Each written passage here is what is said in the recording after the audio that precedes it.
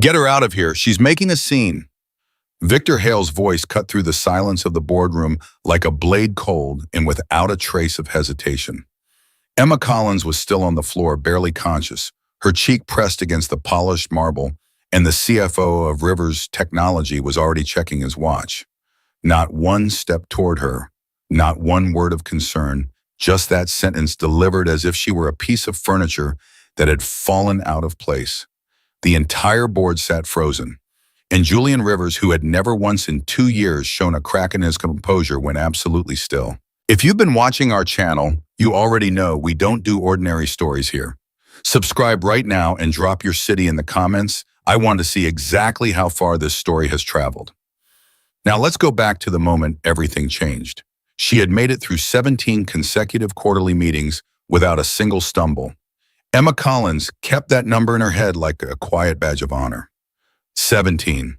Through flu season, through back-to-back project collapses, through the week her mother had been hospitalized in Phoenix, and Emma had flown back on a red-eye and walked straight into the office at 6 in the morning with concealer under her eyes and a thermos of black coffee that she'd barely touched.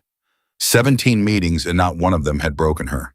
This one almost didn't either. She had arrived 40 minutes early, which was standard for her.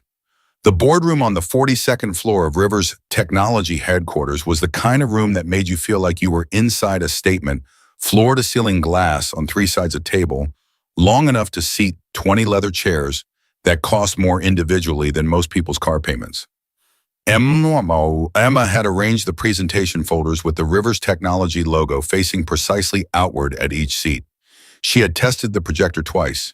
She had confirmed catering rearranged the water pitchers when the setup crew put them in the wrong positions, and then stood at the window for exactly 4 minutes, watching the city below move in its indifferent morning rhythm before she allowed herself to breathe. That was when the first wave of dizziness hit her. She pressed her fingertips against the glass and waited for it to pass. It did mostly. She chalked it up to the fact that she hadn't eaten since yesterday's lunch, that she'd been running on 3 hours of sleep for the better part of 2 weeks, that her body was simply sending her a message she hadn't had time to receive. She straightened, she checked her tablet, she smoothed the front of her blazer and turned back toward the door just as the first board members began to filter in. Victor Hale arrived early, which he always did, because Victor Hale believed that arriving early was a form of dominance.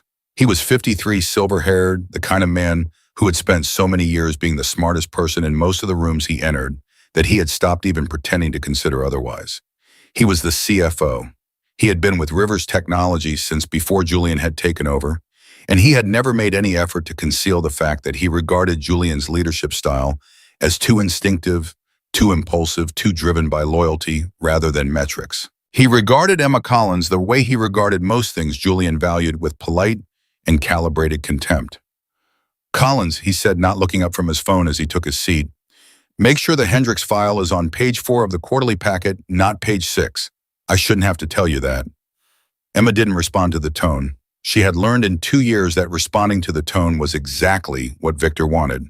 She simply moved to the folders, reorganized the relevant page in each without a word, and returned to her position near the head of the table. Julian walked in at 8:59, which was exactly the time he always arrived, not a minute early, never a minute late. He had a presence that the room responded to without anyone seeming to consciously notice it, that particular quality of certainty that certain people carried in their posture and their stride. He was 35, dark-haired, the kind of face that gave nothing away unless it chose to. He glanced at Emma as he took his seat, and she gave him a small, confirming nod that meant everything was in order. He gave her a barely perceptible nod back. That was their language. 2 years had made it fluent. The meeting began. Emma stood near the secondary display panel, managing the slide transitions, fielding the quiet requests that came her way via the tablet in her hand. A revised figure needed on slide 11. A printed copy of the compliance addendum for one of the outside board members who didn't trust screens. A glass of water for Diana Marsh, who always needed water by the second hour. Emma moved through all of it without drawing attention, which was the point, which was the skill. And then the room started tilting. It happened slowly at first, and then all at once. The voices around the table became slightly submerged, like she was hearing them through water. The edges of her vision went bright and then dim, cycling in a way that made her grip the edge of the display panel without meaning to. She blinked hard. She pressed her feet into the floor. She counted silently in two. Three, a technique she had used before when her body decided to stage a protest at the worst possible moment. It wasn't enough. She felt the tablet leave her hand before she fully understood she had dropped it. She heard the sharp crack of it hitting the floor, and then almost simultaneously the collective intake of breath from 20 people, and then she was going down. She didn't feel herself hit the floor. That part came later, the slow, disorienting awareness that she was horizontal, that the ceiling of the boardroom was directly above her, that the lights were unbearably bright, and someone was saying her name, and another person was already on their phone, and Victor Hale's voice was somewhere behind all of it, clipped and surgical. "Get her out of here. She's making a scene." That sentence cut through the fog faster than any of the concerned voices. Emma heard it with a clarity that was almost cruel. She heard it, and even in the confusion of half-consciousness, something in her chest pulled tight. And then there was Julian. "Emma?" His voice was close, and it had a quality she had never heard in it before, stripped of the professional polish, stripped of the careful control, just raw and immediate. She felt his hand on her shoulder, steadying her. "Emma, look at me." She tried. The ceiling swam. She tried again. "I've got you," he said. "Don't try to move." "The meeting," she said, because that was genuinely the first coherent thought she could produce. "The Alderton slides." "Forget the slides." His hand was on her face, tilting her chin, slightly checking her eyes the way someone who has been in enough crises learns to. "Someone call the paramedics now. Not in a minute, now." "Julian," Victor's voice from somewhere above them both. "This is a $5 million quarter review. We have people flying in from 3 time zones who have been waiting. Then they can keep waiting." Julian didn't raise his voice. He didn't have to. "Get out of my line of sight, Victor." The silence that followed was the kind that comes after a line has been crossed in both directions simultaneously. Victor Hale had not been told to get out of anyone's line of sight in 20 years. And Julian Rivers had never spoken to a board member that way in a meeting. The two facts landed in the room at the same time and did what those kinds of facts always do. They recalibrated every relationship in the space. Emma closed her eyes. She heard someone clearing the room. She heard Julian's voice lower now, talking to her steadily, telling her to breathe, telling her the paramedics were on their way, telling her that nothing in the building mattered right now except her. She felt the strange dissonance of hearing that from him, from Julian, whose entire professional existence was organized around the precise opposite priority. The paramedics arrived in under 8 minutes. Emma was aware enough by then to be embarrassed, which she recognized as progress. She tried to sit up when they came through the door. "Ma'am, please stay still." The paramedic, a young woman with a no-nonsense manner that Emma immediately respected, placed a firm hand on her shoulder. "We need to check your vitals before you move." "I'm fine," Emma said. "You lost consciousness in front of 20 people," the paramedic said. "So I'm going to need you to let me make that determination." Julian, crouched beside her, made a sound that was almost a laugh, something short and involuntary that he seemed to catch before it became anything larger. "She's been like this for 2 years, he said quietly to no one in particular. "Never stops." "I stopped just now," Emma said, and that landed wrong, which she felt immediately, and Julian went quiet. Her blood pressure was low. Her pulse was elevated. The paramedic asked her a series of questions that Emma answered in the clipped, efficient manner she applied to everything, which seemed to faintly concern the paramedic more than it reassured her. When they asked if she could be pregnant, Emma said no reflexively, and then stopped, and the pause lasted approximately 1 second longer than it should have. The paramedic noticed. "Ms. Collins, we'd like to transport you for a full evaluation." "I have a job to finish," Emma said. "Emma," Julian's voice, just her name, just the 2 syllables, and in them something that stopped her argument before it started. She looked at him. His face was doing something she couldn't fully read. "Please." She went. The hospital was St. Raphael's, 12 blocks from the office. Julian rode in the ambulance, which Emma would tell him later was completely unnecessary, to which he would say nothing at all, which was its own kind of answer. The emergency bay was controlled chaos, which Emma found oddly stabilizing a system in motion, people with specific functions performing them with practiced speed. She was moved to a curtained bay hooked to monitors, her arm pricked for blood work. She agreed to without making them ask twice, because she had already crossed the threshold from resistance to resignation somewhere in the ambulance. Julian stood in the corner of the bay jacket, still on arms crossed, watching the nurses move with an expression Emma couldn't quite categorize. Not composed, his usual composure was somewhere else entirely. Not panicked either. Something between the two. Something alert and unguarded in a way she had only seen him once before. 3 months ago. The thought arrived without invitation, and she pushed it down immediately the way she had become very good at pushing it down. There had been a night. There had been a situation, a combination of a project crisis in late hours and an honesty that had come loose from both of them in a way that professionalism had no mechanism for. And the morning after Julian had returned to exactly himself, or the version of himself that the office required professional focus, giving no indication that anything had shifted between them. And Emma had matched him because that was what she did, because that was how she had always survived the complicated geometry of working for someone she respected far too deeply. She had not thought about what that night might mean in any concrete biological sense. She had not allowed herself to. "You should go back," she said from the hospital bed. "The Alderton group came from 2 time zones." "I know where they came from." Julian. "Emma, if you tell me to go back to the office one more time while you are lying in a hospital bed, I'm going to take that as proof that the fall did something to your judgment." She looked at him. "That's not fair." "No," he agreed, "it's not." He said it simply without heat, which somehow made it worse.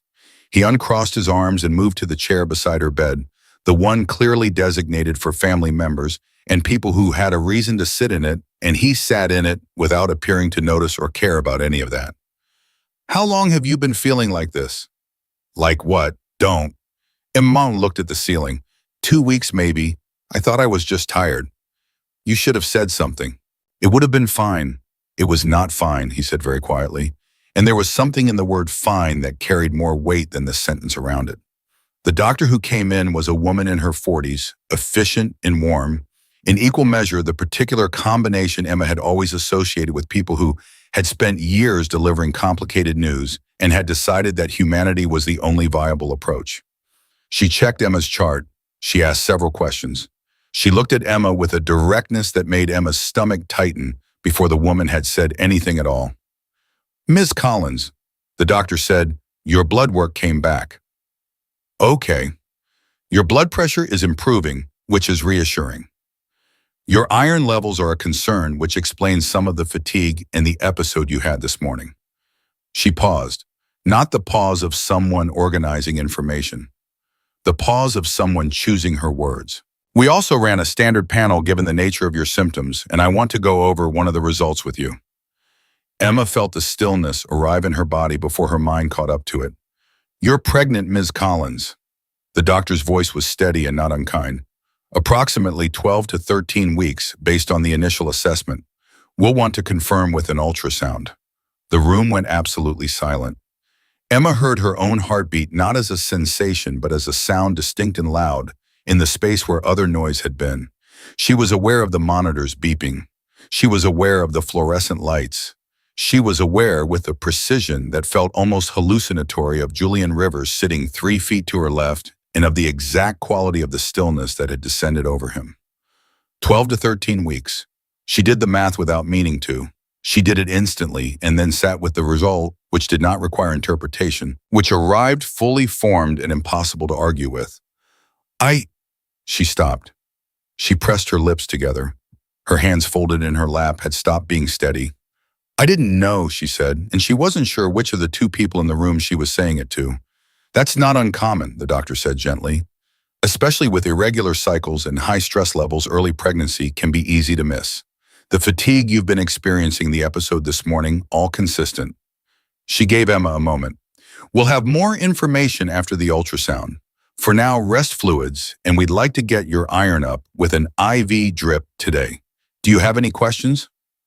Emma had approximately 40 questions and couldn't locate a single one of them. She shook her head. The doctor looked briefly at Julian, the kind of look a professional gives to another person in the room when they're assessing what kind of situation they've walked into, and then she excused herself with a quiet word about a nurse coming by shortly. And then it was just the 2 of them. 12 to 13 weeks. Emma stared at the wall across from her bed. She could feel Julian's presence in the chair to her left with an acuity that had nothing to do with sight. She could feel that he had not moved, had not made a sound, was doing the exact same arithmetic she had just done and arriving at the exact same answer. Emma. His voice was different again, even lower than before. The voice beneath the voice. Don't, she said. I'm not going to pretend I don't know what that date means. Julian, look at me. It wasn't a command, it was a request, which was somehow harder to deny. She turned her head. His face was not what she expected. She had braced for the calculation, for the Julian who managed situations. What she saw instead was something unguarded and direct, a kind of reckoning happening in real time in front of her, with nothing placed over it. I know, he said, just that. You don't have to. I know what date it is. His jaw tightened briefly. I know what 12 weeks means. I know what I'm responsible for. And I'm not going anywhere. Emma felt something crack open in her chest, not painfully, but with the particular relief of a pressure that had been building without a name. Her eyes went hot, and she looked away immediately at the ceiling, the monitor anywhere that wasn't his face.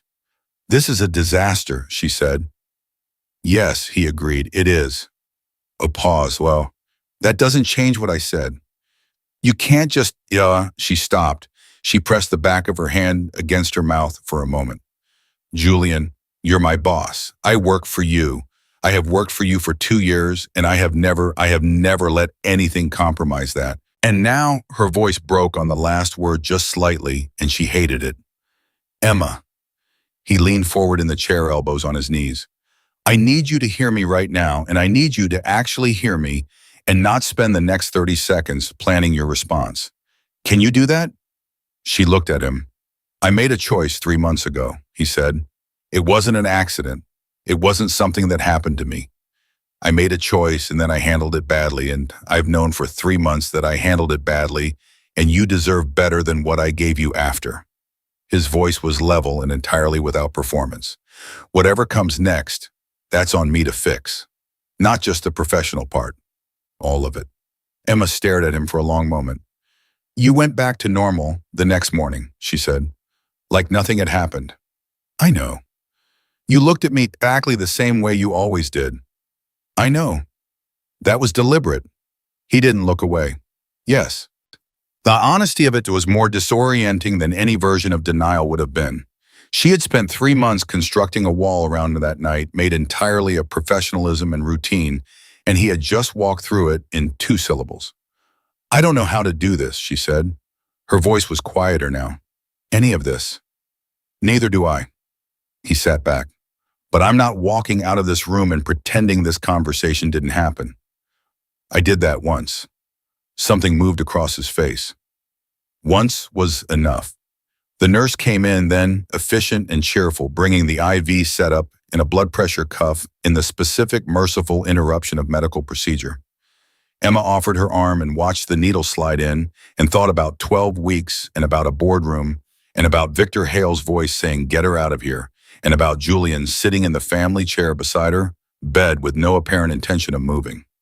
She was pregnant. She was 12 weeks pregnant, and she was in a hospital bed in the middle of a workday, and the father of her child was 3 feet away, refusing to leave, and the quarterly meeting was presumably still happening, 42 floors above the city, without either of them.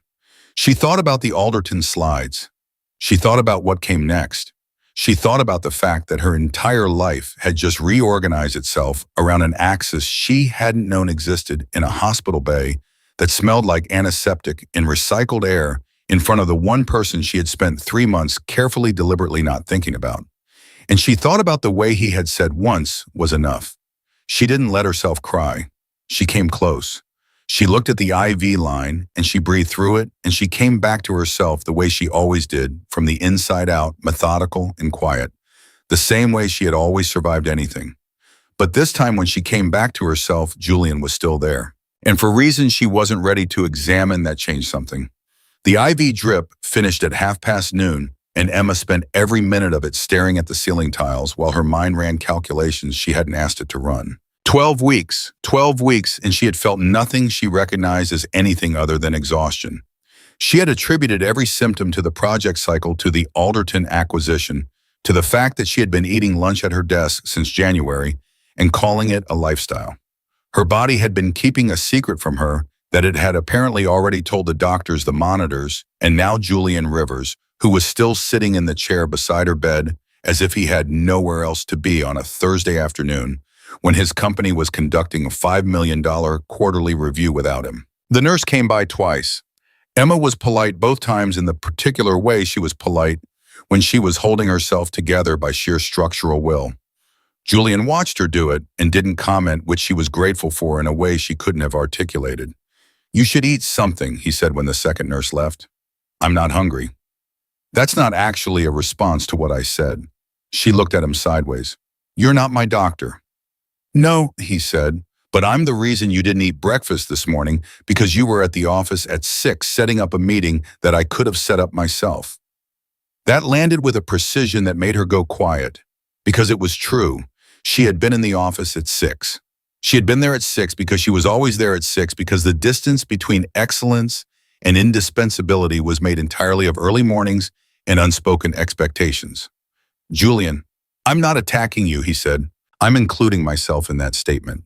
She turned to look at him fully, then the way she had been avoiding since the doctor left. His jacket was still on. His tie was still straight. He looked like a man who had walked into a situation and decided to stand inside it rather than manage it from the perimeter, which was not the Julian she had built her professional life around. That Julian managed. That Julian kept distance and kept metrics and made decisions from elevated positions.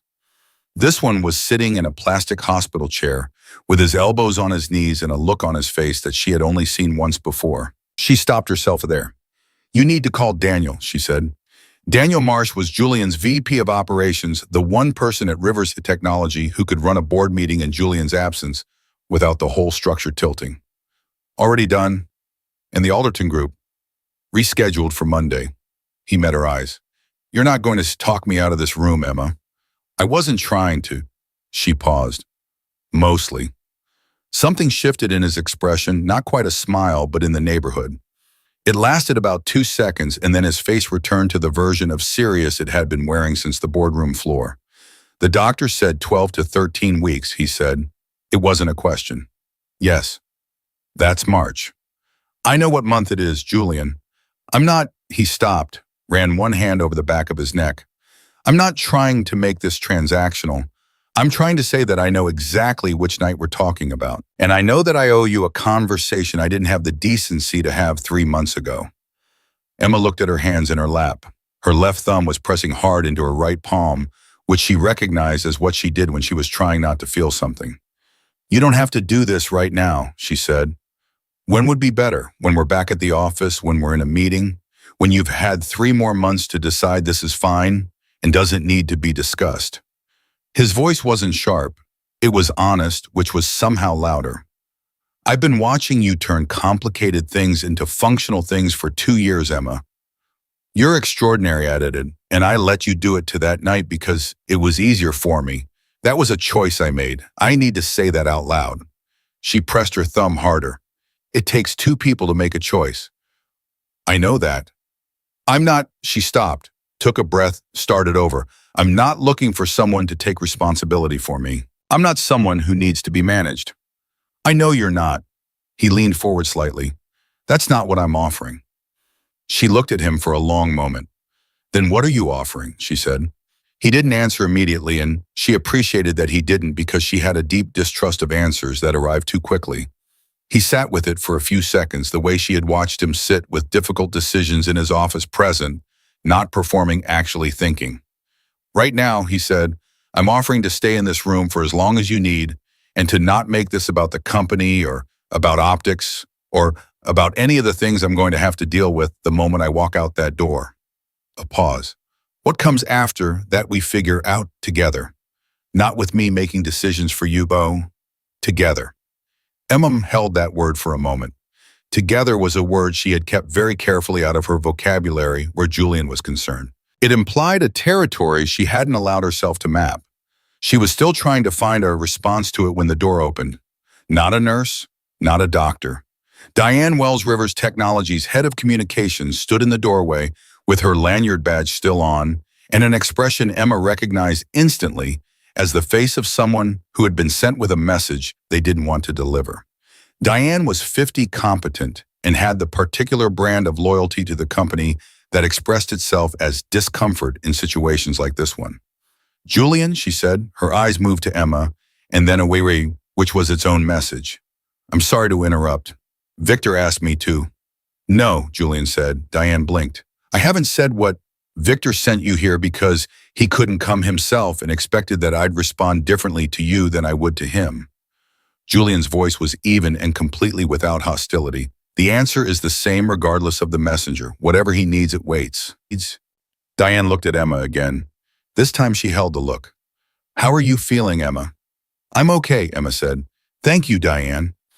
Diane nodded, and then she said something that made Emma's blood drop approximately 4 degrees in her veins. Victor's been talking to the board, she said quietly, carefully, like someone laying down a piece of information that she knew was going to break something. About your position, he's suggesting that given the circumstances, the disruption to the meeting, the liability optics, it might be appropriate to reassess your role. Her eyes were apologetic in the specific way of someone who is delivering someone else's cruelty. He used the phrase restructuring. The room went so quiet that Emma could hear the monitor tracking her pulse, which had noticeably accelerated. Julian stood up from the chair.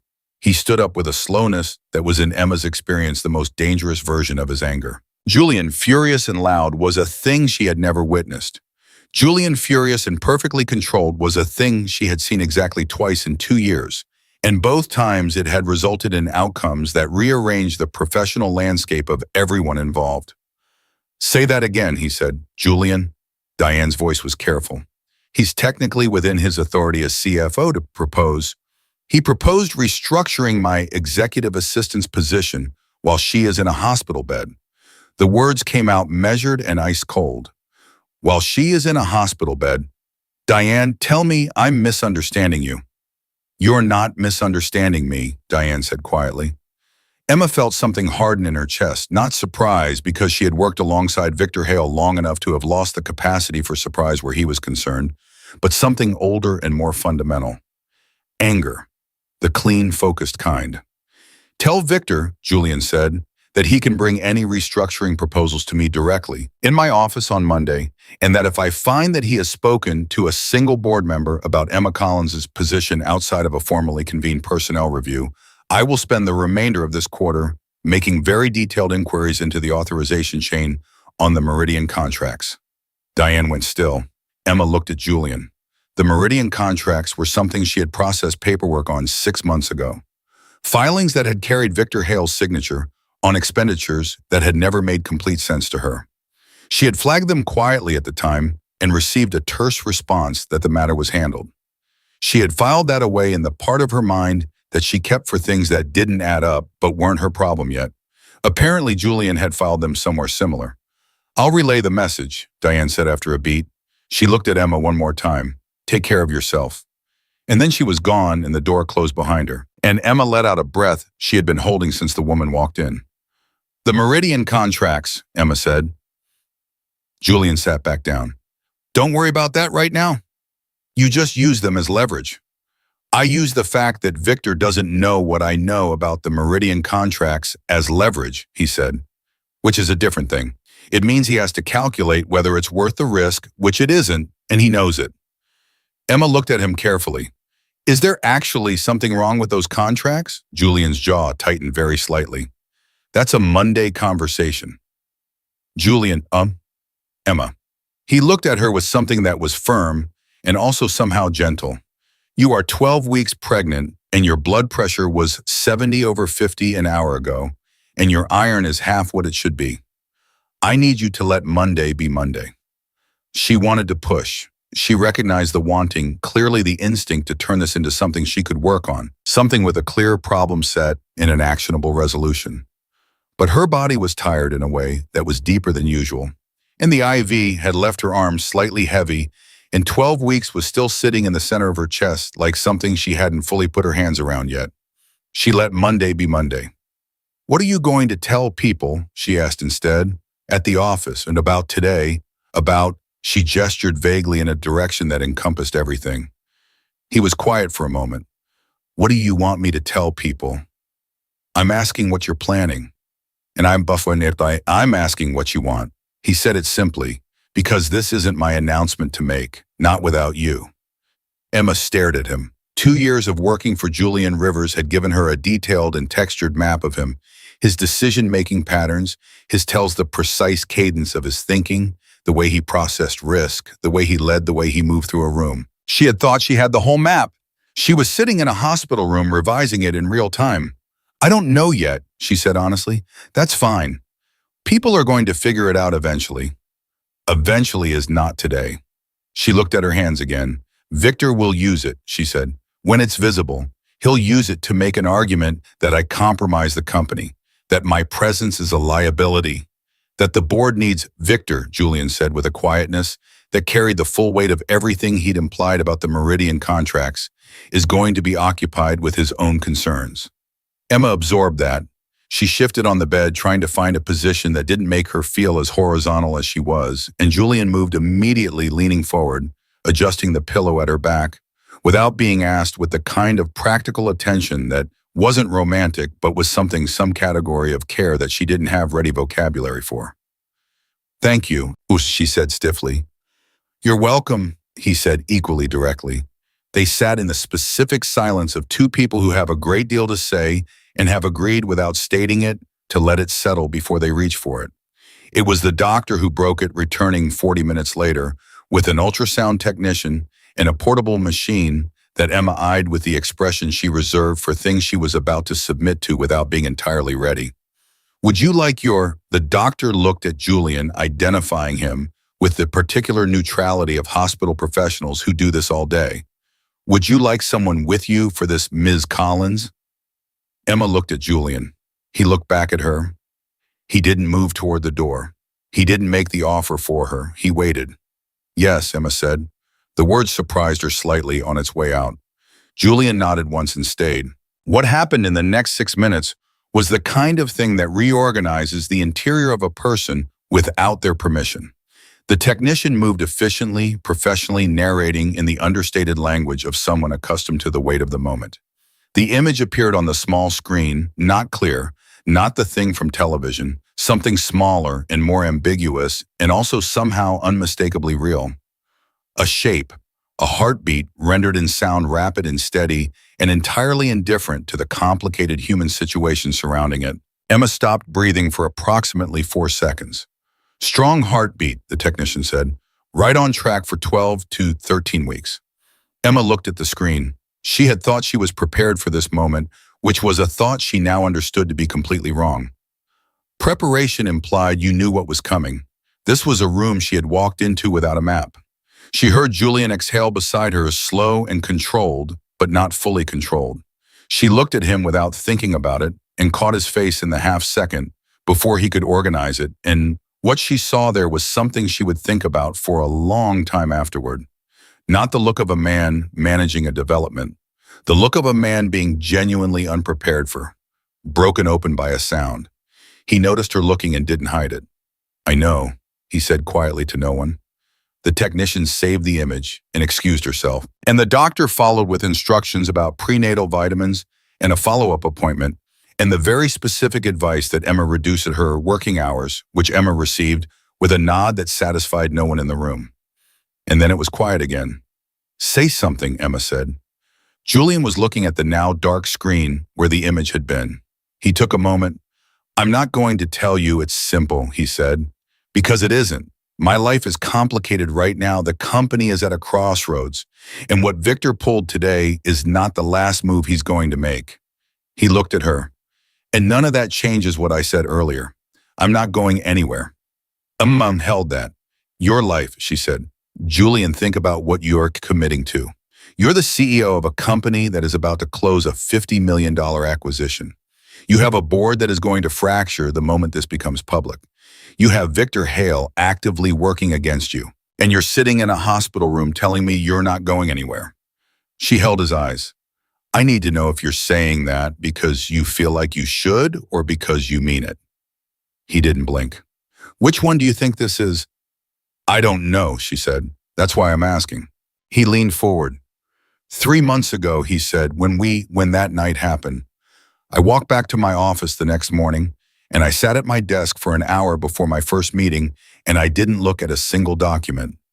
I just sat there. His voice was even and direct, because I knew I had done something I couldn't undo by categorizing it as a mistake. And I didn't know what to do with that, so I did the wrong thing, which was to pretend it didn't change anything. He paused. It changed everything, Emma. I just wasn't ready to say it out loud. Emma felt the hot pressure behind her eyes again and refused it for the second time in one afternoon. You should have said something, she said. Yes. Instead, I know. He said it with the weight of someone who has already sat with their own accounting of this. I know exactly what I did and what it cost you. 3 months of carrying something that should have been shared. His jaw tightened. I'm sorry. That's not a small apology, and I'm not making it small.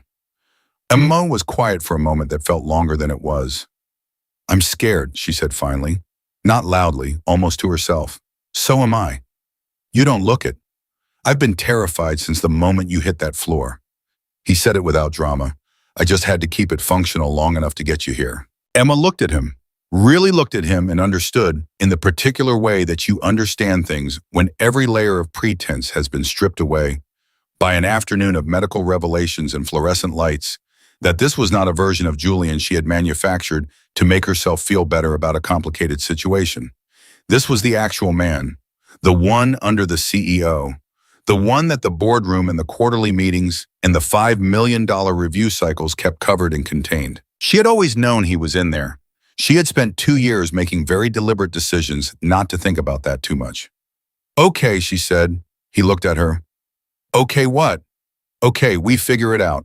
She held his eyes. Together, but I need you to understand something, Julian. I am not going to be managed. I am not going to be handled. If this is going to mean anything, it has to mean that I am your equal in this, not a situation you're resolving. He held her gaze for a long moment, and what moved across his face in that moment was something she recognized from the times she had watched him in negotiations, the precise expression of a man who is recalibrating, who is taking in new information and adjusting everything around it. Understood, he said. I mean it. I know you mean it. The corner of his mouth moved just slightly. You always mean it. That's the thing about you, Emma. You always mean every single word.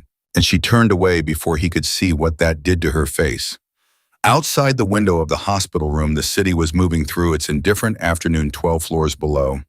Unaware that in this room a heartbeat had appeared on a screen, and 2 people had started with uncertain hands and very different vocabularies to build something neither of them had planned for. Emma Collins, who had survived 17 consecutive quarterly meetings and every other thing life had sent her way through sheer structural discipline, was pregnant. She was in a hospital bed. Her boss was sitting beside her, refusing to leave. And Victor Hale was somewhere across the city, making moves against her that she wasn't in a position to counter from where she was lying. She thought about all of it. She thought about the heartbeat on the screen, rapid and steady and entirely unafraid. And somewhere beneath the fear and the complication and the very long list of things that needed to be figured out, something shifted in her chest, quiet and certain like a door that has been locked for a long time, finally coming open. Not with drama, but simply with the slow, inevitable turn of the right key. She didn't name it yet, but she let it in. Emma was discharged at 4:47 in the afternoon with a folder of prenatal instructions, a prescription for iron supplements, and the specific kind of exhaustion that comes not from physical depletion alone, but from having your entire understanding of your own life restructured in the span of 8 hours. Julian drove her home himself. She didn't argue about it, which told her more about her current state than she wanted to admit.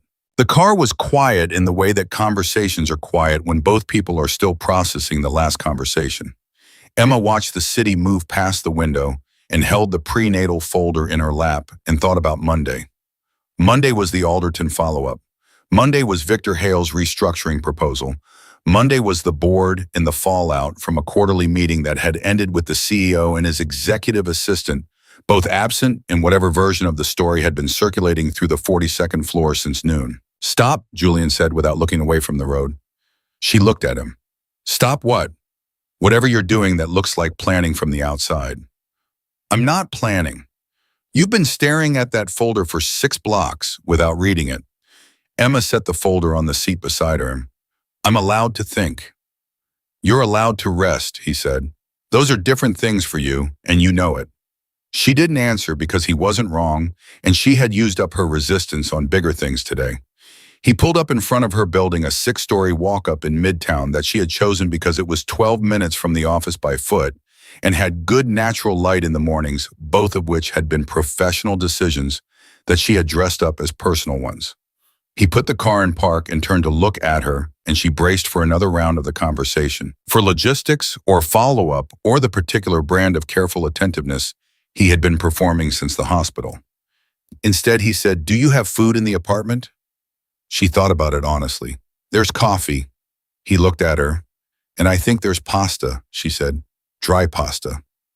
"Probably." He was quiet for exactly 2 seconds, and then he said, "I'm going to have something delivered. Tell me what you can actually eat right now." "Julian, you don't have to." "Emma." His voice was patient but not soft. "You have critically low iron, you haven't eaten since yesterday afternoon, and you are 12 weeks pregnant. This is not a situation where I'm going to drop you at the curb and drive away. Tell me what you want, and I'll order it."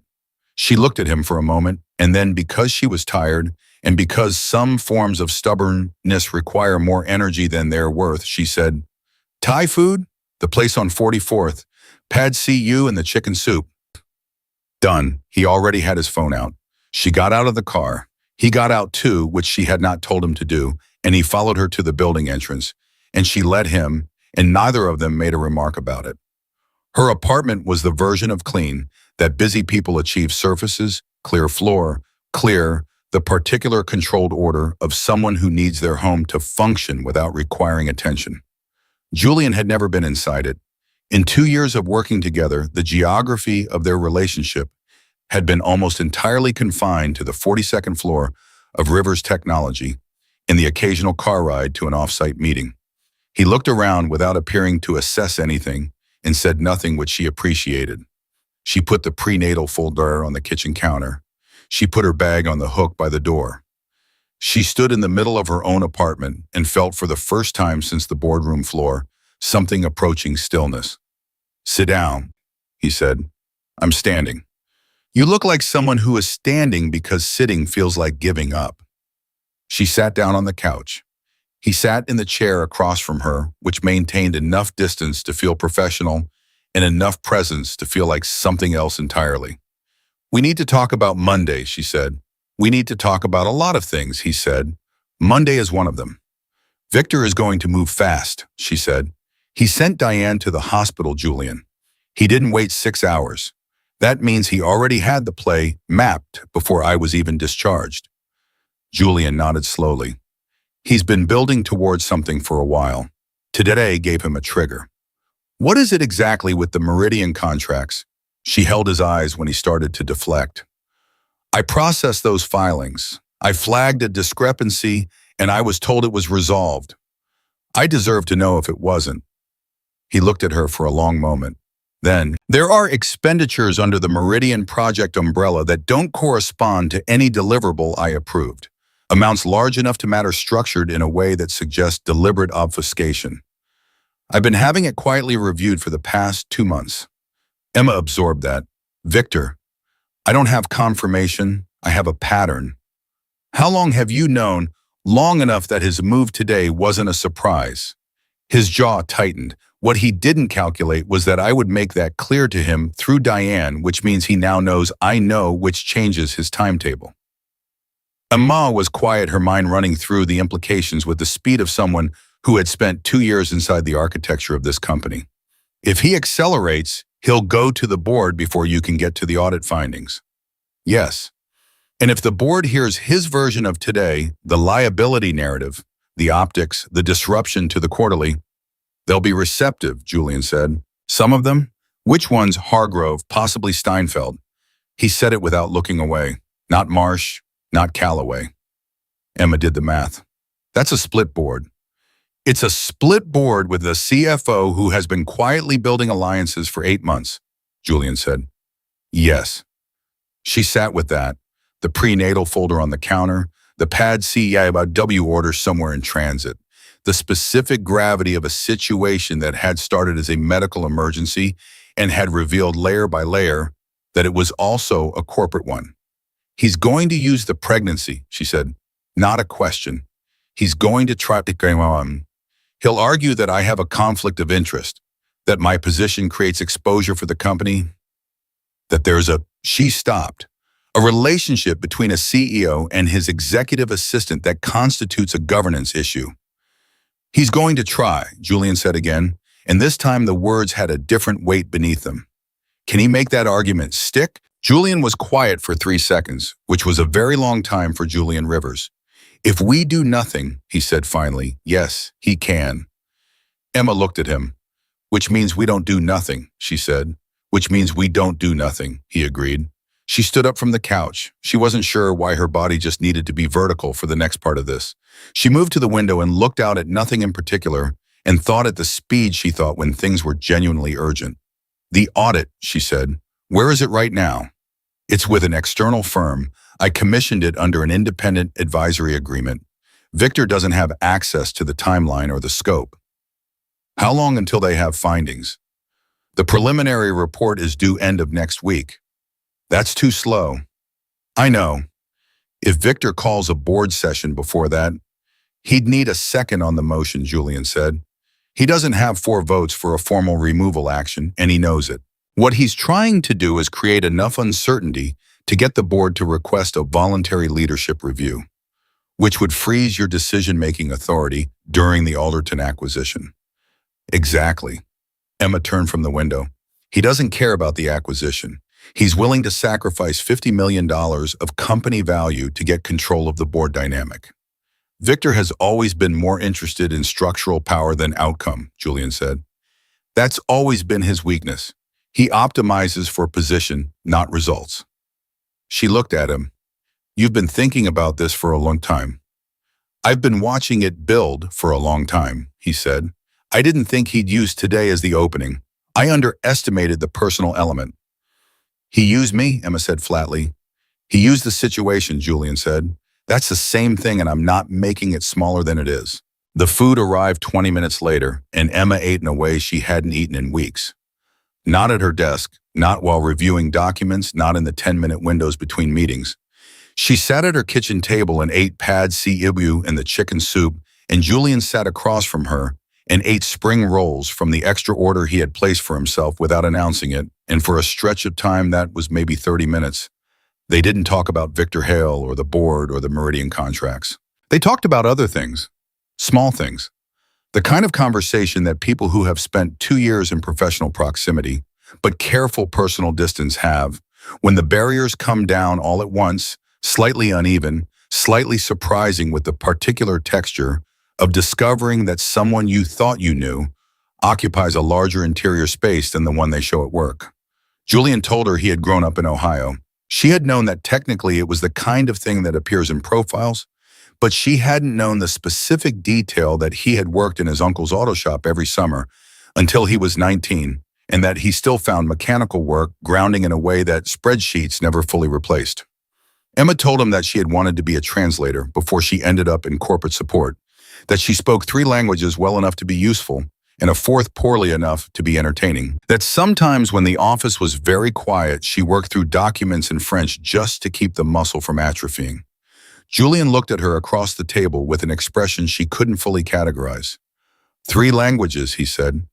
4 if you count the embarrassing French. You have never told me that. It didn't come up. In 2 years.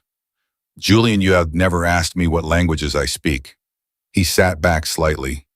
No, he said after a moment. I haven't. He said it with the tone of someone who has just recognized a gap in their own attention that they find genuinely troubling. What else haven't I asked you? She looked at him. A lot of things. Tell me something. And right now, she picked up her soup spoon, set it down. I hate the quarterly review format, she said. The folder system. It's redundant, and it costs me 3 hours every month because everyone gets a physical copy and a digital copy, and nobody reads the physical copy. She held his eyes. I've known a better system for 14 months, and I've never suggested it because it would have required arguing with Victor about implementation, and it wasn't worth the political cost. Julian was quiet for a moment. That's not a small thing, he said. No, she said. It's not. Tell me the system. Monday, she said, and for the first time since the hospital, she almost smiled. Monday is a Monday conversation. He almost smiled back. The evening reached the particular hour where the logistics of the day have been addressed, and what remains is the territory that logistics had been keeping at bay.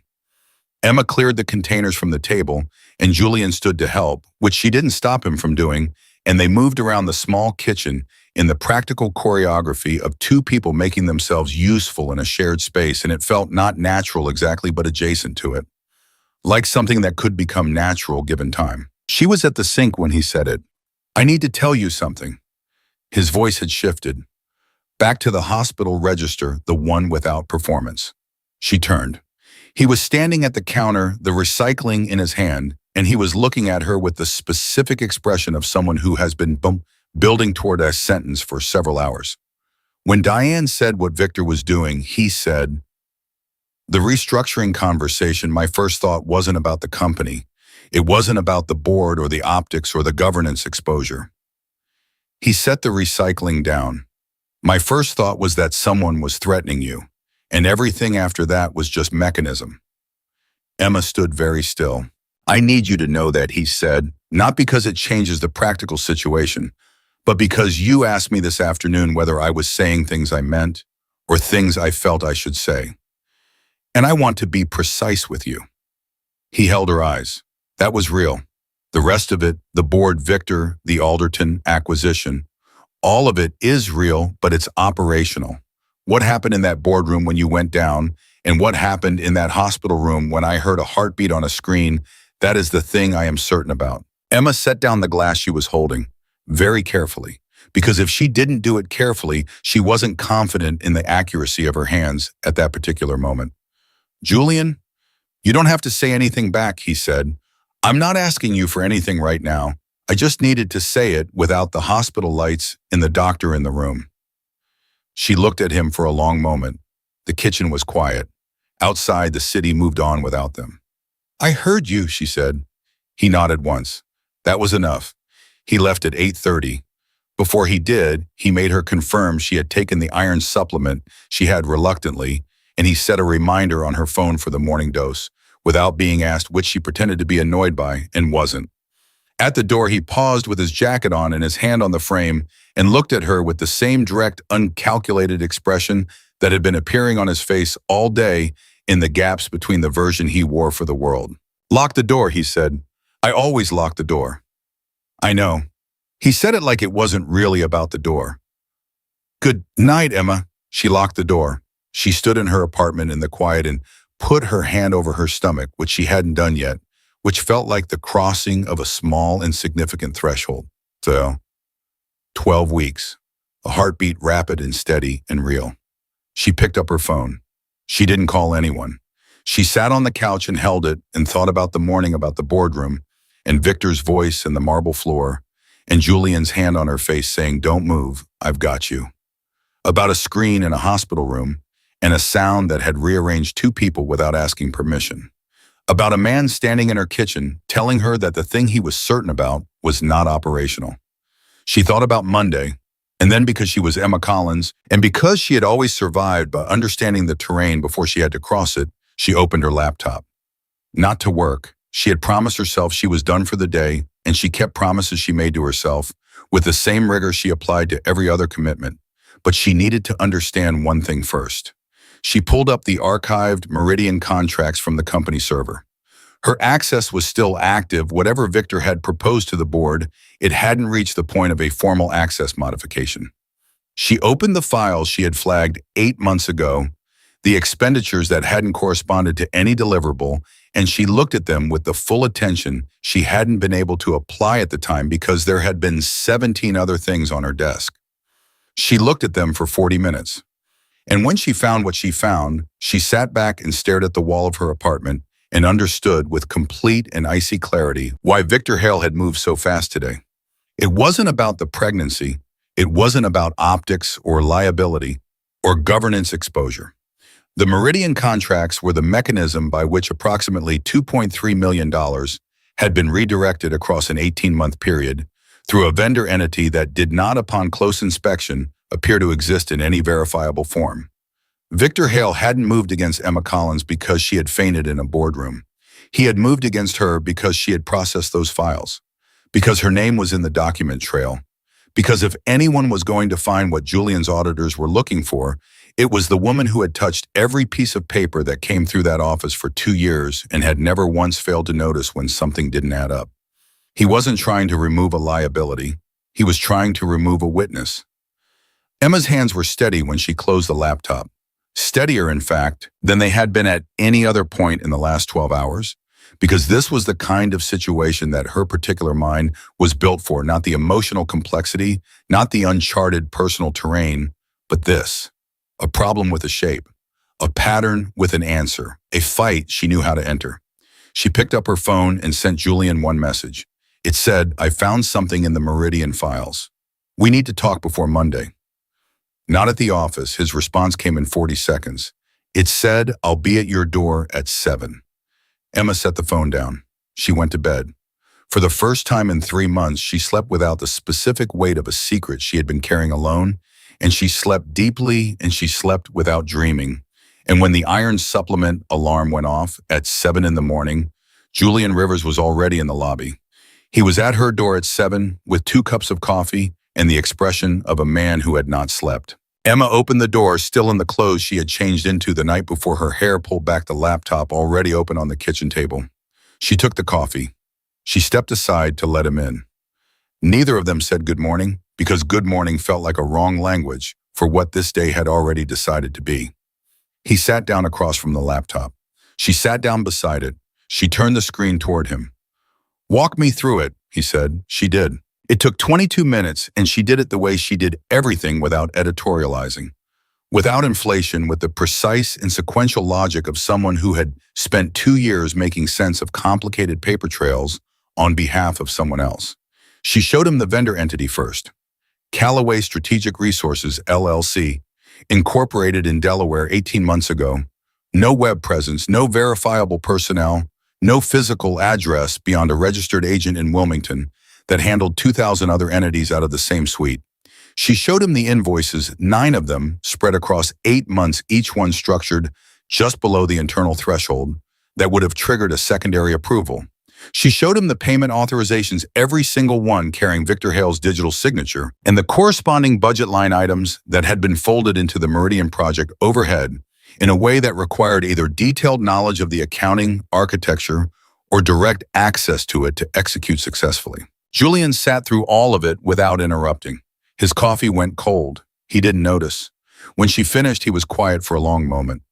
2.3 million, he said, across 18 months. The earliest transaction is 14 months ago. The most recent was 6 weeks before I flagged the discrepancy.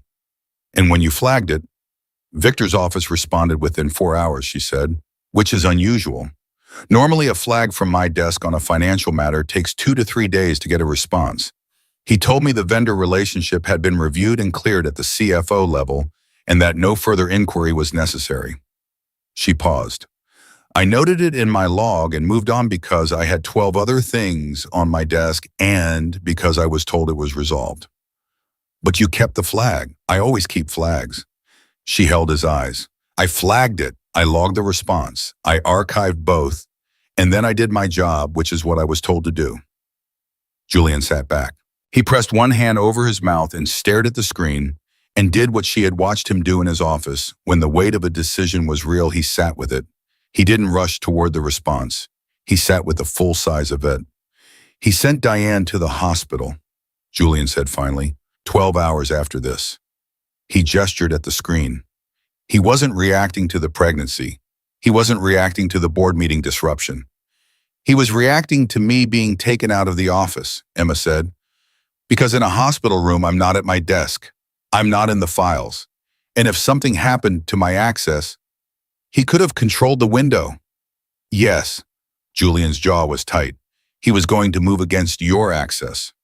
I think he was going to try to get the board to support a temporary administrative leave while he constructed the liability argument, which would have looked like a reasonable HR response to an unusual situation. She closed the laptop. And while my access was suspended, the audit would have hit a gap in the document trail, specifically the response to my flag, which is the thing that connects him to knowing the discrepancy existed and choosing to suppress it. Julian looked at her for a long moment. You figured all of this out last night, he said. I figured out the financial structure last night, she said. The sequence of his moves I figured out this morning, between 7 and now. I woke up at 5:30. He looked at her with an expression that was layered in ways she didn't have time to sort through. Something like admiration. Something like anger, not at her but adjacent to her, pointed somewhere else. Something like the specific, focused feeling of a man who has just understood the full dimensions of how close he came to something he can't afford to have happen. He was trying to cut you off from the evidence, Julian said. And from you, Emma said quietly. Because as long as I'm in that office, I'm the person who touches every document, the person who notices things. If Victor needed a clean path to the board, he needed me gone first. Julian stood up from the chair.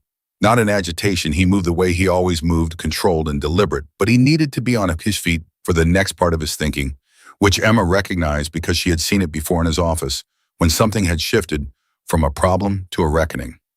I'm calling Marcus, he said.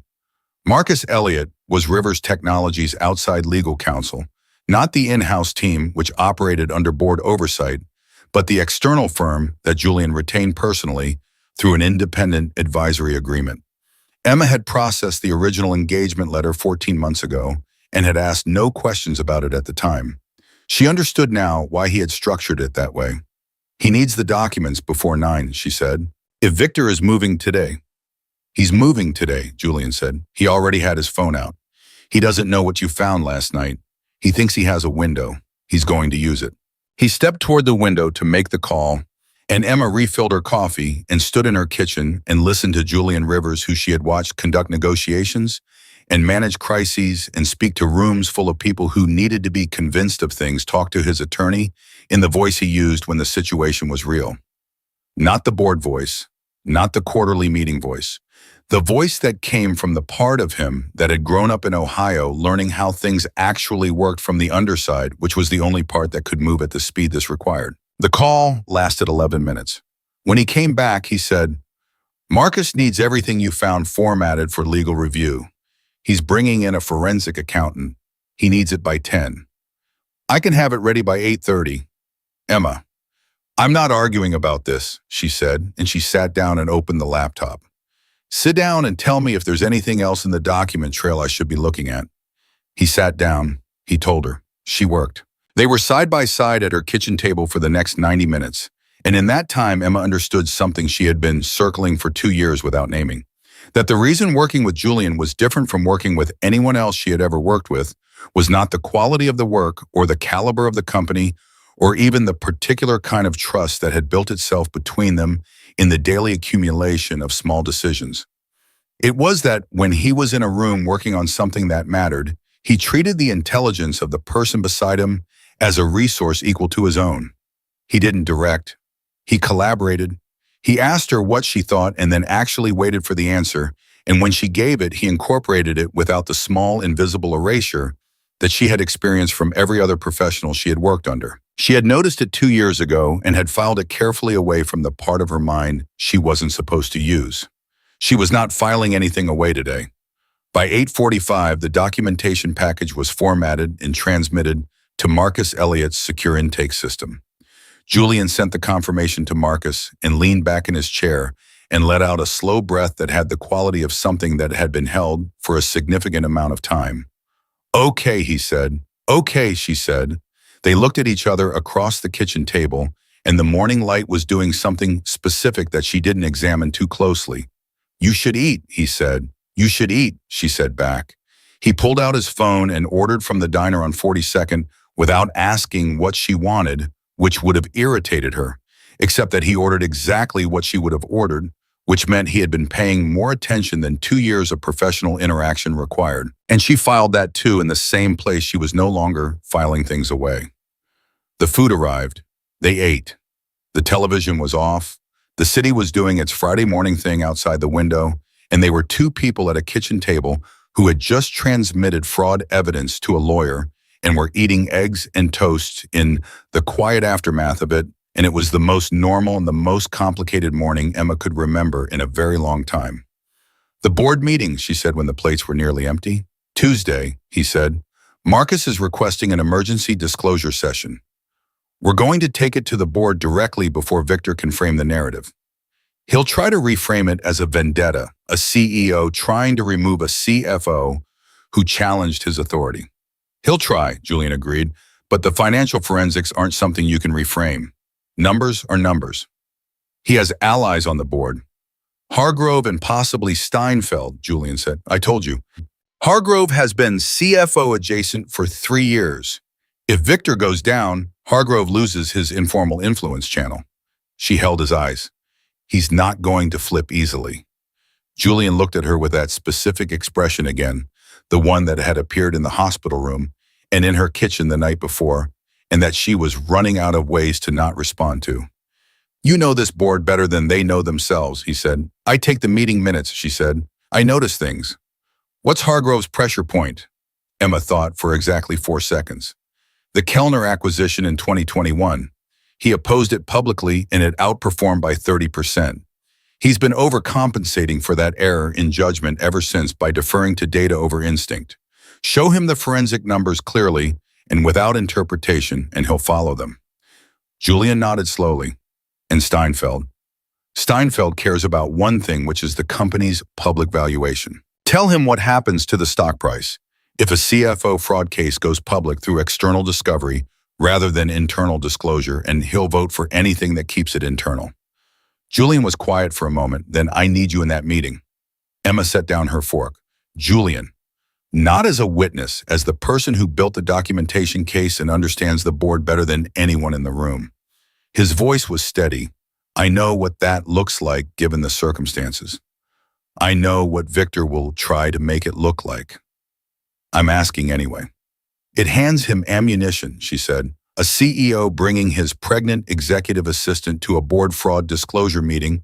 He'll argue you've lost objectivity. He'll make it about us. He's already making it about us, Julian said. He made that choice when he sent Diane to the hospital. We don't have a version of this where Victor plays clean. He leaned forward slightly. What we have is the truth, and we have the numbers, and we have you, who is the most credible person in any room she walks into because she has never once in 2 years said anything she couldn't back up completely.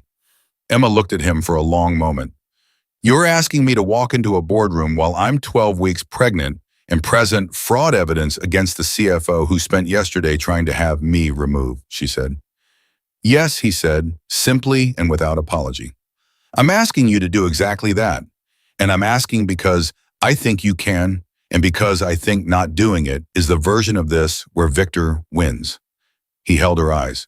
But if you say no, I will not ask again. This is your choice, not mine. Emma stood up from the table. She carried her plate to the sink. She ran the water and stood there for a moment with her back to him, looking out the small window above the sink. She thought about the boardroom floor, about the marble against her cheek and Victor Hale's voice already reaching for his watch. She thought about Diane Wells in a hospital doorway, delivering someone else's cruelty with apologetic eyes. She thought about a prenatal folder on a kitchen counter and an iron supplement alarm, and a man at her lobby door at 7 a.m. with coffee.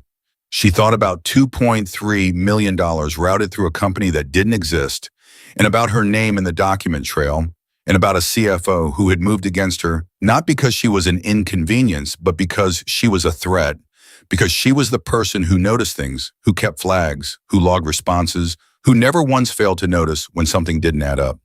She turned around. I'll be in that meeting, she said. Julian exhaled. But I present the documentation myself, she said. My findings, my voice. You don't speak for me. You don't explain what I found or contextualize it or manage how the board receives it. I do that. Understood. And when Victor makes it personal, which he will, you let me respond. Emma, that's the condition, she said. I'm not your asset in that room. I'm a participant. An equal one? He held her eyes for 3 seconds. Agreed. She nodded once, turned back to the sink, finished the dishes. The day moved fast after that. Marcus Elliott called at 10:15 with the forensic accountant's preliminary confirmation that the Callaway Strategic Resources transactions were structurally consistent with embezzlement and that the vendor entity had no verifiable operational history. The word preliminary was doing significant work in that sentence. A full finding would require additional review, but it was enough to take to the board, enough to shift the ground under Victor Hale before he could finish the play he had started yesterday morning. Julian called the board chair at 11. Emma listened from across the room, her tablet in her hand tracking the language with the attention she had always applied to every negotiation she had supported from the wings. The board chair, Arthur Callaway, 70, measured the kind of man who had seen enough corporate crises to treat them as weather, listened without interrupting, and then asked 3 questions. Julian answered all 3. The emergency session was granted for Tuesday at 9. Julian hung up. He looked at Emma. Tuesday, he said. 4 days, she said. 4 days.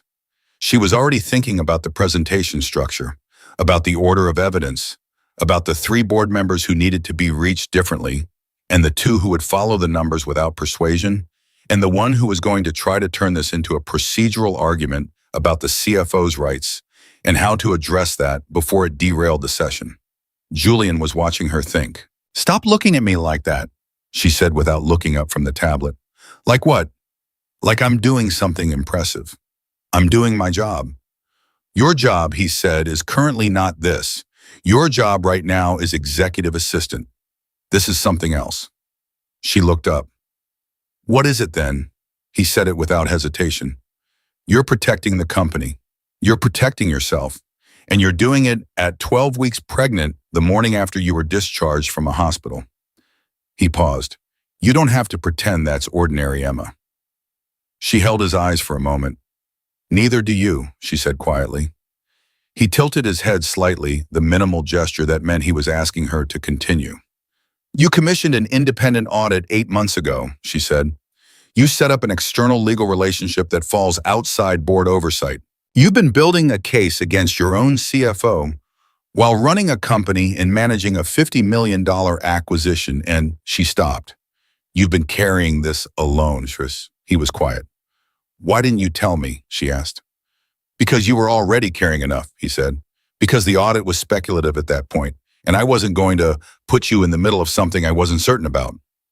He looked at her directly. "And because I didn't want to use you." That word landed with a weight that was specific and deliberate, and she understood it completely.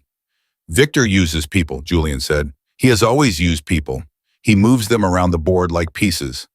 I have spent 3 years trying to be a different kind of leader, and part of that means I don't recruit the people I care about into battles they didn't choose." She noticed the correction. She didn't comment on it. "I chose this one," she said. "I know that now." He looked at her with something that was open and tired and real. "I know that now." The Friday afternoon was a series of calls and preparations that Emma drove from her apartment with Julian beside her and Marcus Elliott available by phone, building the case structure, organizing the evidence sequence, anticipating the arguments that Victor's position would generate, and building the responses before they were needed. This was work Emma understood in her bones, the preparation that happens before the room, the architecture of a presentation that has to hold under pressure, the particular art of knowing your material well enough that when someone tries to destabilize it, you are already standing on ground that doesn't move. Victor called Julian at 3:15. Julian answered on speaker because Emma was in the room, and there was no version of this where they pretended otherwise. "I heard you spoke with Arthur," Victor said. His voice was the same as it always was, smooth measured, the precision instrument of a man who had spent decades saying dangerous things in safe tones. "An emergency session. That seems like an overreaction to a personnel matter." "It's not a personnel matter," Julian said. A pause. "Whatever you think you found, Julian, I'd encourage you to consider whether this is the moment. The Alderton acquisition is at a critical stage. Disrupting the board dynamic right now could cost us the deal." "Then you should have thought about that before you redirected $2.3 million through a shell entity," Julian said. The pause that followed was 3 full seconds long. In Emma's experience, 3 seconds of silence from Victor Hale was not hesitation. It was calculation. I don't know what you're referring to, Victor said. Callaway Strategic Resources, Emma said. Another pause. Shorter this time. Emma, his voice had changed by a single degree. You should be resting. I was resting, she said, and then I read the Meridian files. Those files are CFO-level documents. Your access is current and authorized, she said, as of this morning. I checked. The silence this time was different. It had a texture to it, the specific quality of a man recalculating from a position that has just become significantly weaker than he thought it was. This is a misunderstanding, he said, slower now. There are context and approvals on those transactions that the preliminary documentation doesn't capture. We're looking forward to reviewing those context and approvals on Tuesday, Julian said, with the full board and external forensic counsel. Another beat. Julian, think carefully about what you're doing. I have thought carefully, Julian said, for 8 months. The call ended. Emma looked at Julian. Julian looked at Emma. He's going to spend the weekend trying to build the counter-narrative, she said. Yes. He'll go to Hargrove tonight. Almost certainly. And he's going to make it about us, about the pregnancy, about the argument that your judgment is compromised. Let him make it, Julian said. He doesn't have the numbers on his side. He doesn't have anything on his side except the board relationships he's built on proximity and political debt. He looked at her steadily. And on Tuesday, you're going to stand in front of those people and you're going to show them exactly what you found, and you're going to do it in the precise, documented, completely unassailable way that you do every single thing. And Victor Hale is going to discover that the biggest mistake he made in this entire situation was deciding that you were the weak point. Emma sat with Anna. He thought I was collateral, she said. Yes. He thought removing me was a clean play because I'm what the assistant, background noise, the person who carries the folders and takes the minutes and smooths the mechanics so everyone else can do the important work. Yes, Julian said, that is what he thought. She looked at him. What do you think? He held her eyes with a directness that required no framing and no softening. I think he said that Victor Hale made the single most consequential miscalculation of his professional career the morning he decided that Emma Collins was someone he could move around the board. The afternoon light was long and quiet in the apartment. Emma's hand was on the table. Julian's was 3 inches from hers. Neither of them moved. Neither of them needed to. There were 4 days until Tuesday. There was a board session to prepare for and a case to build, and a CFO who was at this moment making calls from somewhere across the city, reassembling his position with the urgency of a man who knows the ground has shifted but hasn't fully accepted yet that it might be gone entirely.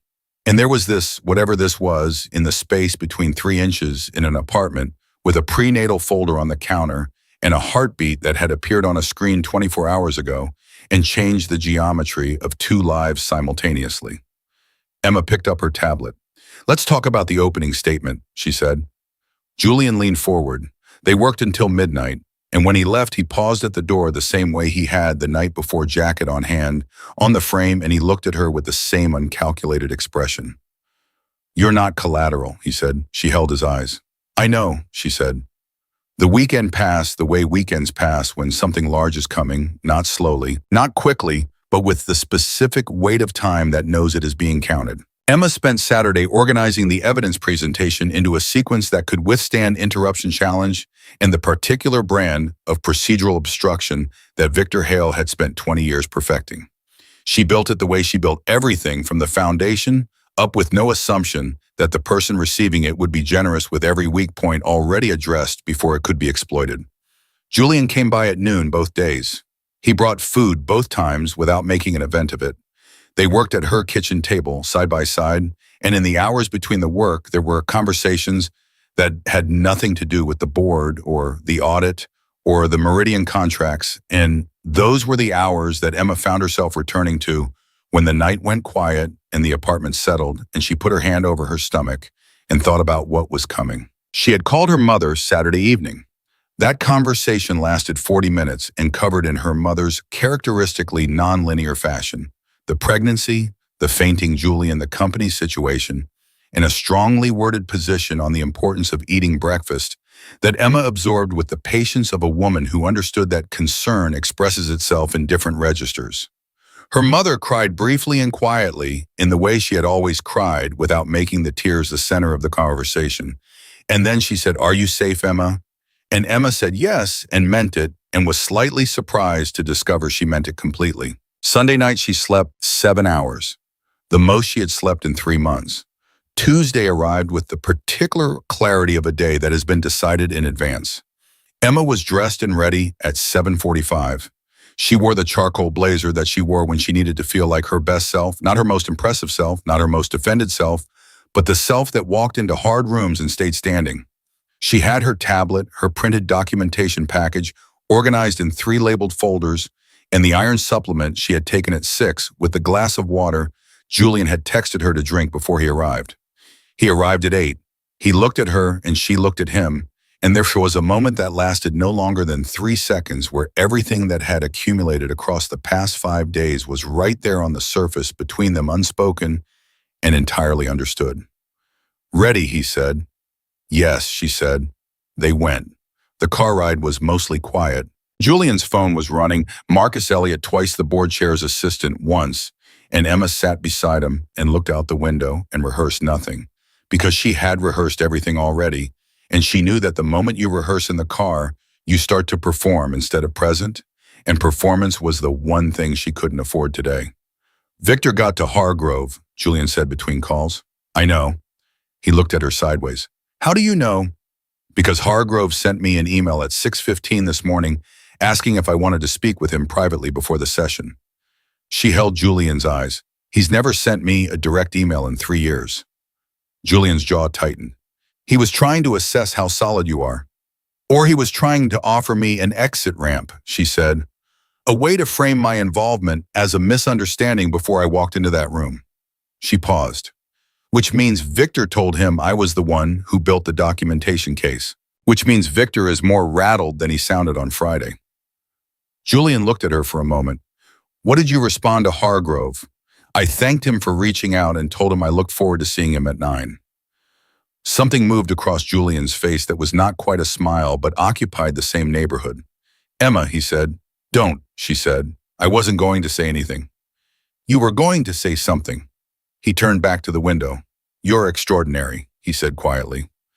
Not to her exactly, more to the fact of it. The way you say something out loud that has been true for a long time and has finally located the right moment to become a sentence. She didn't answer. She looked at the city moving past the window and breathed slowly and thought about a heartbeat on a screen and let that be the thing she carried into the building. The 42nd floor had a particular quality at 8:50 on a Tuesday morning, the kind of charged stillness that a space acquires when everyone in it knows that something significant is about to happen, but is maintaining professional form until it does. Emma felt it the moment the elevator opened. She felt the eyes, the quickly redirected attention, the specific way that a room adjusts itself when the person walking through it is the subject of the conversation everyone just stopped having. She walked through it the way she walked through everything, evenly, without acknowledgement. Her heels on the floor and her folders under her arm, and her face arranged in the professional neutrality she had spent 2 years perfecting. Diane Wells caught her eye near the hallway to the boardroom and gave her a look that was complicated and sincere and held an apology in it that Diane would probably never say out loud. Emma gave her a small nod. That was enough. Victor Hale was already in the boardroom. Emma saw him the moment she walked in, which was what he intended. He had positioned himself at the far end of the table with the deliberateness of someone establishing territorial advantage, flanked by Hargrove on his left and the company's in-house general counsel on his right.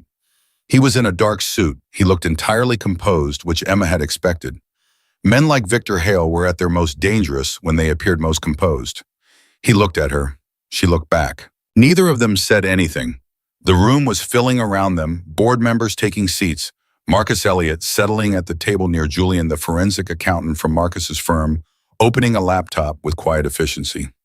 Emma took her seat across from Victor's position between Julian and Marcus, and she set her folders on the table in front of her and folded her hands over them and waited.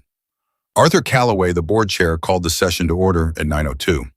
This is an emergency disclosure session requested by the CEO under the terms of the board charter section 14 material financial concern, Arthur said.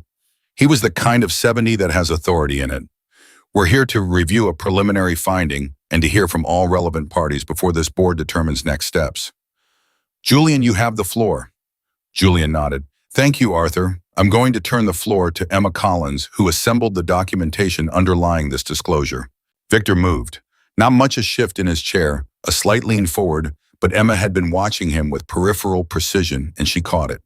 The calculation. The micro-adjustment of a man who had planned for Julian to lead and was now recalibrating for her. Emma stood. She did not look at Julian. She did not look at Victor. She looked at the board, all 9 of them, each in turn for exactly the amount of time it took to make contact. And then she opened her first folder. 14 months ago, she began, I processed a payment authorization under the Meridian project that carried an unfamiliar vendor name. I flagged the discrepancy through the standard internal protocol.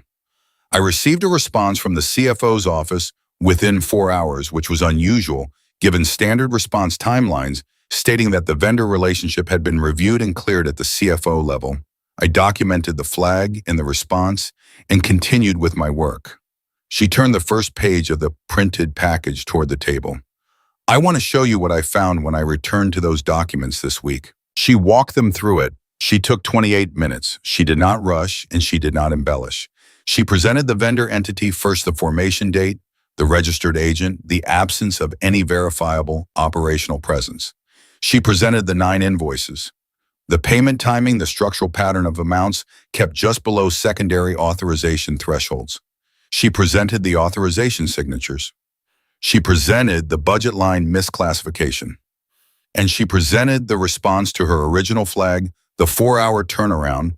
The language used the fact that the response effectively closed an inquiry that should have been escalated. She presented all of it in the voice she used when the material was the argument and the material was enough. No performance, no prosecution, just the facts sequenced with the precision of someone who had spent 2 years understanding that the most powerful thing you can say in a room is the true thing said clearly. When she finished, the room was the specific kind of quiet that follows something that cannot be argued with. Victor broke it first. These are preliminary documents, he said. His voice was measured.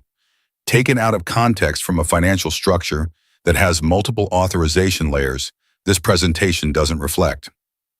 The forensic accountant's preliminary report confirms the structural analysis, Emma said. She did not raise her voice. If there are authorization layers that provide context, this is the moment to present them. Victor looked at her with the cold, precise expression of a man who has realized the opponent across the table is not the opponent he prepared for. He had prepared for Julian's momentum, Julian's conviction, Julian's CEO authority. He had not prepared for Emma Collins with 3 labeled folders and 28 minutes of documented fact. I'd like to request a recess to obtain the relevant, he began. Victor, Arthur Calloway's voice, even, firm. The documentation has been presented. You have the floor to respond to it now, or you may submit a written response within 48 hours. Those are the charter options. Victor looked at Arthur. He looked at Hargrove, who was looking at the printed pages in front of him with the expression of a man who has been given a set of numbers that are not doing what he was told they would do.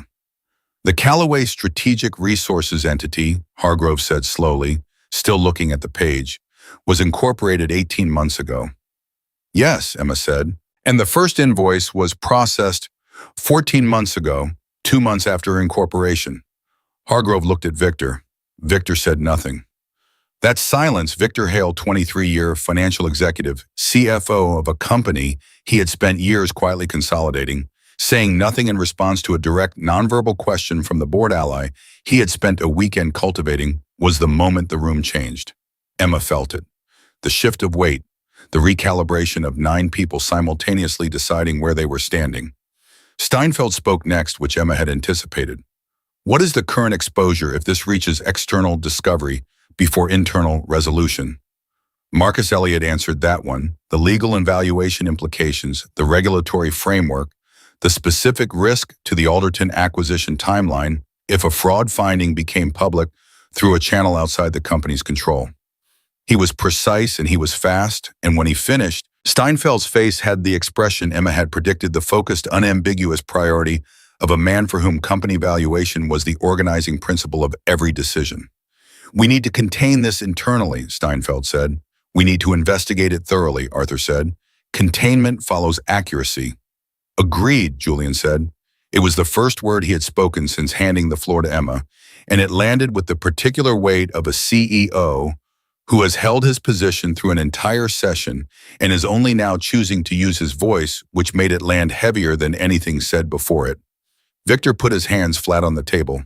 "I want it noted," he said, "that this presentation was assembled by an employee with a personal relationship to the CEO and a direct personal interest in discrediting the CFO who raised concerns about that relationship." His voice was still steady.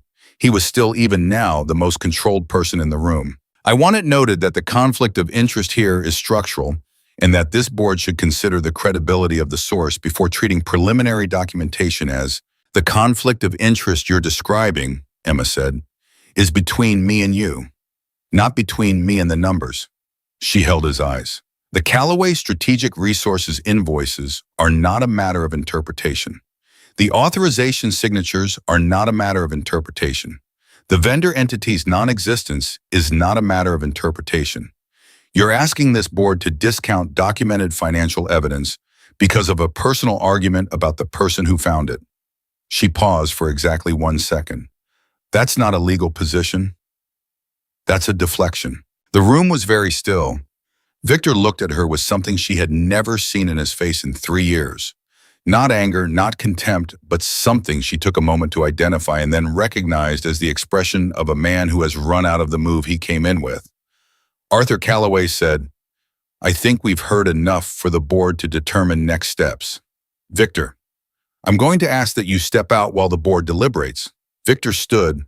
He stood slowly, the way he had always stood, controlled, composed, refusing to give the room the satisfaction of visible collapse. He buttoned his jacket. He looked at Julian. Then he looked at Emma. "You're good," he said. "Just that. A concession in the shape of a compliment, which was the most Victor Hale would ever give to anyone," and Emma received it without expression and watched him walk to the door. The board deliberated for 41 minutes. Emma sat in the hallway outside with Julian beside her and Marcus on his phone, and the forensic accountant reviewing notes on a tablet, and the hallway had the quality of held breath that spaces acquire when the important thing is happening somewhere else. "You were perfect in there," Julian said quietly. "I was accurate," she said. "Yes," he said. "That's what I mean." She leaned back in her chair and closed her eyes for 3 seconds and thought about iron supplements and a heartbeat on a screen and a prenatal folder on a kitchen counter. And when she opened her eyes, the hallway was the same, and Julian was still beside her, and it was enough. Arthur Callaway came to the door at 10:53. "The board has voted to initiate a formal forensic audit under independent oversight," he said. "Victor Hale is suspended with pay pending the outcome. The board is requesting that Julian remain in his full executive capacity through the Alderton acquisition close." He looked at Emma. "Ms. Collins, the board would like to formally acknowledge on record that your work in assembling this documentation reflects the highest standard of professional integrity." He paused, and what crossed his face was something that looked in a man of Arthur Callaway's particular reserve, very much like respect. "Thank you." Emma nodded once. "Thank you, Arthur." He went back in. The door closed. The hallway was quiet, and then Julian turned to her in his composure, which had held through the entire session, through Victor's deflection and Hargrove's recalculation and 41 minutes of deliberation outside a closed door, came apart in the specific way that composure comes apart when the thing you have been holding against has finally passed. Not dramatically, just completely. His face did the thing it had done in the hospital room when a heartbeat appeared on a screen, open and unguarded and real, without anything placed over it. "Emma," he said. She looked at him. "I know," she said. He reached across and took her hand, and she let him, and neither of them said anything for a moment, and the hallway was quiet around them, and the city was 12 floors below, and the thing between them, which had existed for longer than either of them had been willing to call it by its name, settled into the space like something that had always belonged there and had simply been waiting for the room to be clear enough to enter her. The weeks that followed were not simple. Emma had never expected simple and would not have trusted it if it arrived. The forensic audit expanded in scope, and confirmed what the preliminary documents had indicated: the Callaway Strategic Resources transactions represented a sustained and deliberate misappropriation. Victor Hale retained counsel. The board managed the disclosure with the measured precision of people who understood that the story they told publicly would shape the company's valuation through the Alderton close, which happened on schedule 6 weeks after the Tuesday session at $52 million, 3% above the initial projection. Emma's pregnancy became visible before she was ready and public before she had chosen to make it so, which was the one part of the sequence she had not been able to control. The office absorbed it in the way offices absorb complicated things, with a brief period of pointed silence, followed by a recalibration of the social architecture around the new fact. There were people who were surprised and people who were not, and people who had opinions they expressed to each other rather than to Emma directly, which she considered an acceptable outcome. She restructured the quarterly review process in her third month. The new system saved 3 hours per cycle and reduced physical printing by 60%, and was adopted without discussion at the next operational review, which was the most satisfying professional outcome she had experienced in 2 years. Slightly more satisfying than the board session, and considerably more satisfying than Victor Hale's exit. She told Julian that over dinner one evening in her apartment, and he laughed genuinely, not the controlled version, and she found that she had been right back in the beginning of all of this about the man under the CEO. He was funnier than the boardroom suggested. He was quieter in the mornings. He was better at being honest about the things he didn't know than he was at any performance of certainty. He was the kind of person who noticed when you hadn't eaten and didn't make a production of it and just ordered the food and sat across from you. And over time, Emma understood that this was not a version he was performing for her benefit. It was just the version that existed when there was nothing between them that required managing. She kept her position. She had never intended to do otherwise, and when Julian had raised the question carefully without pressure, with the specific delicacy of a man who has learned at some cost what happens when he makes decisions on behalf of this particular woman, she had said, "I am very good at my job, Julian." And he had said, "I know," and the subject had been closed. She also took on 3 additional responsibilities that reflected a scope she had been performing without a title for 14 months, and the title adjustment that came with them was accompanied by a compensation review that she conducted the negotiation of herself with Julian across the table, and the specific electric awareness between them, that this was the version of them that worked not despite the complication of their personal lives, but alongside it with both things real and neither one erasing the other. Her mother flew in at 26 weeks. She stayed for 9 days, and she cooked Vietnamese food in Emma's small kitchen and met Julian on the 4th day with the particular evaluative attention of a woman who has raised a daughter alone and has strong opinions about the men in that daughter's life. Julian sat across from her mother's evaluation with something approaching genuine nervousness, which Emma found privately endearing and did not mention. Her mother told Emma afterward in Vietnamese that he was the kind of man who listened with his whole face. Emma had said nothing to that. Her mother had said, "That's not common." Emma had said she knew. Her mother had said, "Good, don't waste it." And that was the entirety of her mother's position on the matter, delivered with the efficiency of a woman who trusted her daughter's judgment and simply wanted her version of that judgment confirmed. Emma did not waste it, Tito.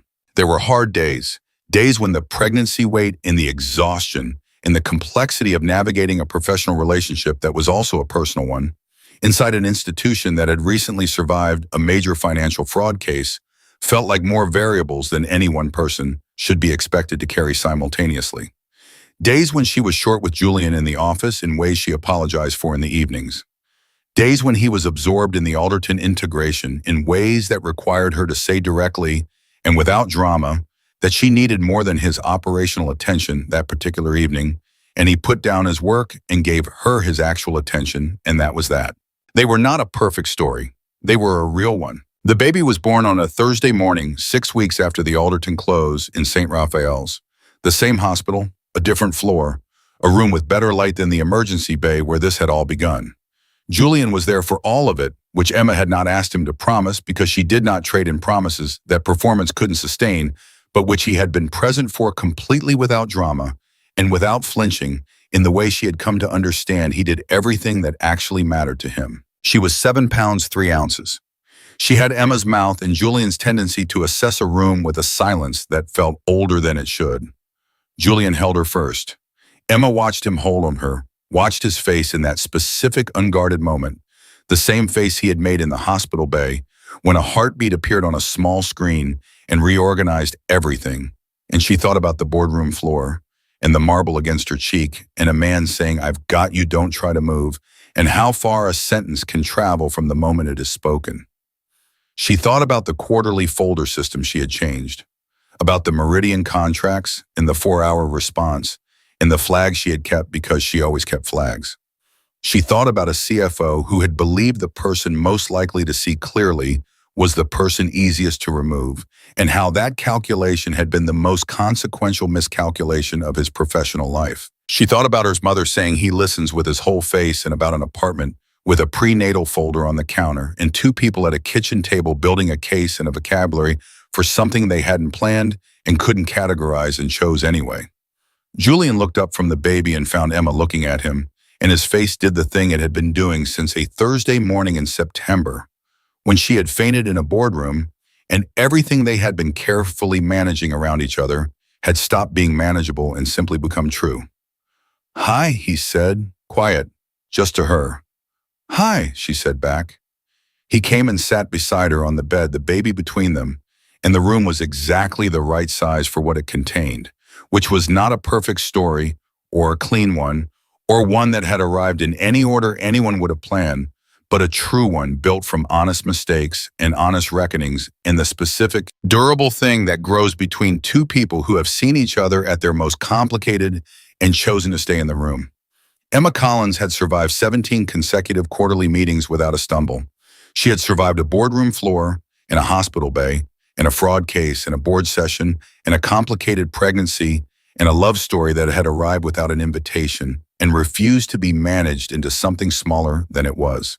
She had survived all of it, the way she survived everything from the inside out, methodical and clear, with her hands steady and her flags logged and her eyes open. And now in a hospital room on a Thursday morning, with a daughter she hadn't planned and a man she had chosen in a life that looked nothing like anything she had organized in advance, Emma Collins was without qualification exactly where she was supposed to be.